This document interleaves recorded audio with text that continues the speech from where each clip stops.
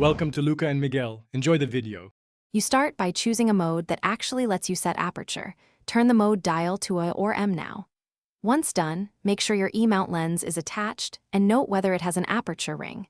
If it does, you can turn that ring. If not, use the camera's rear control wheel to step through f-stops.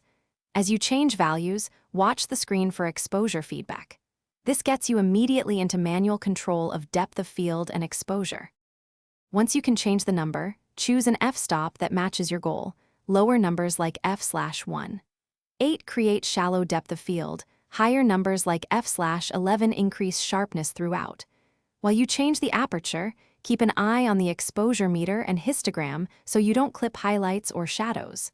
If the frame goes too dark or bright, make sure to adjust ISO or shutter speed, especially in manual mode, so the image stays properly exposed while preserving the depth of field you selected. You're nearly done. Fire a test shot and review it at full magnification to confirm focus and exposure. If everything looks good, lock settings or save the configuration to a custom button so you can return quickly. Make sure to recheck autofocus behavior after big aperture changes. If the aperture refuses to change, make sure the camera isn't in auto modes, verify the lens aperture switch is set to A or unlocked, and confirm the rear dial is mapped to aperture. That usually fixes it.